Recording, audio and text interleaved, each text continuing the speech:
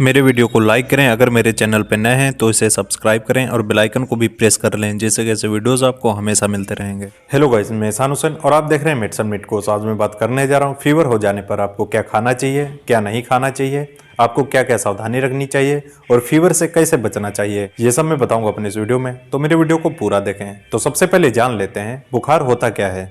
एक नॉर्मल इंसान का बॉडी टेम्परेचर 98.6 फ़ारेनहाइट होता है। जब बॉडी का टेम्परेचर इससे ज़्यादा बढ़ता है तो इस कंडीशन को ही बुखार यानी कि फीवर कहते हैं। बदलते हुए मौसम में खान पान में गड़बड़ी या फिर शारीरिक कमजोरी की वजह से भी लोगों को बुखार आने लगता है। बदलते हुए मौसम में वायरल फीवर का हो जाना एक आम समस्या हो जाती है। वायरल फीवर हमारे इम्यून सिस्टम को कमजोर कर देता है, जिसकी वजह से संक्रमण तेजी से फैलने लगता है और ये इन्फेक्शन एक व्यक्ति से दूसरे व्यक्ति तक भी पहुंच जाता है।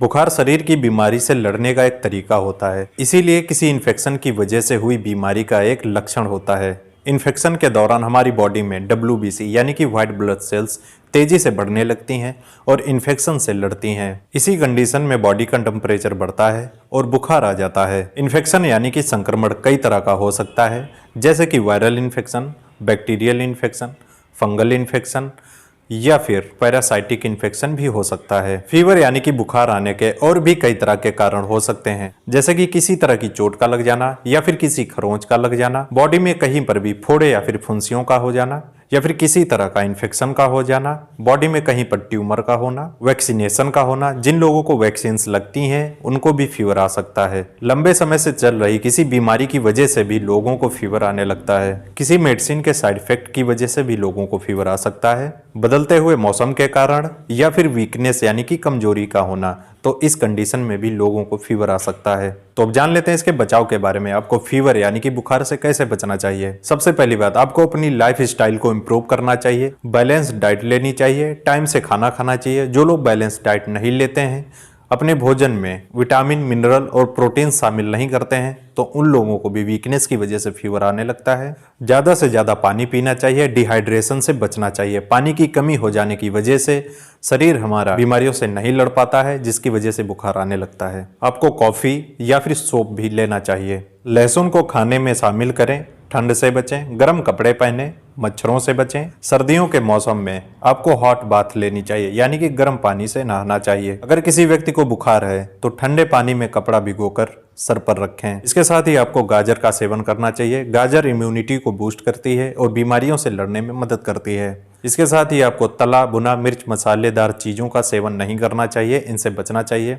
ज़्यादा खट्टी चीज़ों का भी सेवन नहीं करना चाहिए और इसके साथ ही आपको पानी को उबाल कर पीना चाहिए। तो अब जान लेते हैं फीवर यानी कि बुखार में क्या डाइट लेनी चाहिए। फीवर कई तरह का होता है। मलेरिया हो सकता है, टाइफाइड हो सकता है, डेंगू हो सकता है या फिर वायरल इन्फेक्शन हो सकता है। अगर आपको किसी भी तरह का फीवर यानी कि बुखार है तो इन चीज़ों को अपने खाने में जरूर शामिल करें। जैसे कि मॉर्निंग में ताज़े फलों का सेवन करना चाहिए। आपको ज़्यादा से ज़्यादा fruit juice, vegetable juice, fruit से बने या फिर वेजिटेबल से बने सूप का भी सेवन करना चाहिए। आपको ज़्यादा मात्रा में कैफीन नहीं लेनी चाहिए। बुखार में दस्त, उल्टी, ज़्यादा पसीना आना, इनसे बचने के लिए आपको ज़्यादा मात्रा में केले का सेवन करना चाहिए। आपको ज़्यादा से ज़्यादा हरी सब्जियां उबाल कर लेनी चाहिए। बुखार के दौरान आपको प्रोटीन डाइट भी लेनी चाहिए। साथ में आप दलिया, खिचड़ी, हरे पत्तीदार सब्जियों को अपने खाने में शामिल करना चाहिए। दोपहर या फिर रात के समय मूंग दाल की खिचड़ी खानी चाहिए, इससे आपका डाइजेशन सही रहेगा। डिहाइड्रेशन हो जाने पर यानी कि बॉडी में पानी की कमी हो जाने पर शरीर में बैक्टीरिया ज़्यादा से ज़्यादा पनपने लगते हैं और इन्फेक्शन फैलाने लगते हैं। इसीलिए आपको रोजाना 6 से 7 गिलास तक पानी जरूर पीना चाहिए और इसके साथ ही आप चिकन, एग्स, फिश और नारियल पानी भी अपनी डाइट में शामिल कर सकते हैं। रात के समय आपको हल्का भोजन करना चाहिए और अपनी डाइट में सलाद को भी शामिल करना चाहिए। ब्राउन राइस और ब्राउन ब्रेड भी शामिल करनी चाहिए। ज़्यादा से ज़्यादा आपको सेब, केले लेने चाहिए, क्योंकि इनमें पोटेशियम होता है जो बीमारी से लड़ने में मदद करता है। इसके साथ ही आप ड्राई फ्रूट्स ले सकते हैं। आप हल्दी, पुदीना, तुलसी, अदरक, लहसुन, दालचीनी, इनका काढ़ा बनाकर आपको सुबह शाम लेना चाहिए। अगर आप इन सब चीज़ों को अपनी डाइट में शामिल करते हैं तो बुखार से लड़ने में आपको काफ़ी मदद मिलेगी। आपके मन में यह सवाल जरूर होगा कि बुखार आने पर आपको डॉक्टर को कब दिखाना चाहिए। ज़्यादातर मामलों में बुखार आने पर चिंता करने की आवश्यकता नहीं होती है, लेकिन अगर आपको ऐसे कुछ लक्षण नज़र आ रहे हैं तो आपको तुरंत डॉक्टर के पास जाना चाहिए।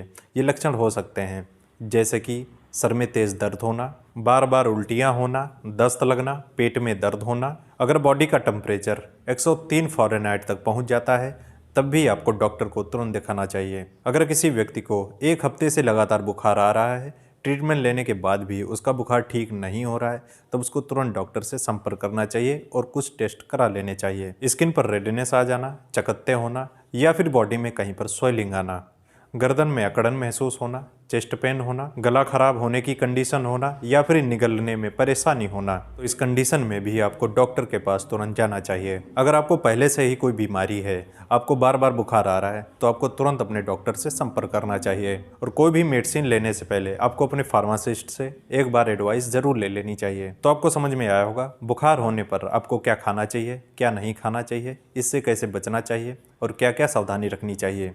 आई होप दोस्तों आपको ये वीडियो पसंद आया होगा, तो मेरे वीडियो को लाइक करें। अगर मेरे चैनल पर नए हैं तो मेरे चैनल को सब्सक्राइब करें और बेल आइकन को भी प्रेस करें, जिससे ऐसे वीडियोस आपको हमेशा मिलते रहेंगे। के साथ ही एक चीज़ और मैं दोस्तों आप सभी लोगों को बताना चाहता हूं, अगर आप मेरे व्लॉग्स देखना चाहते हैं तो मेरा एक और यूट्यूब चैनल है मेडिसन व्लॉग्स के नाम से। मैंने उस चैनल का लिंक डिस्क्रिप्शन में दे दिया है, आप उस चैनल पर जाकर उसको सब्सक्राइब कर सकते हैं, तो आप मेरे व्लॉग्स देख सकते हैं।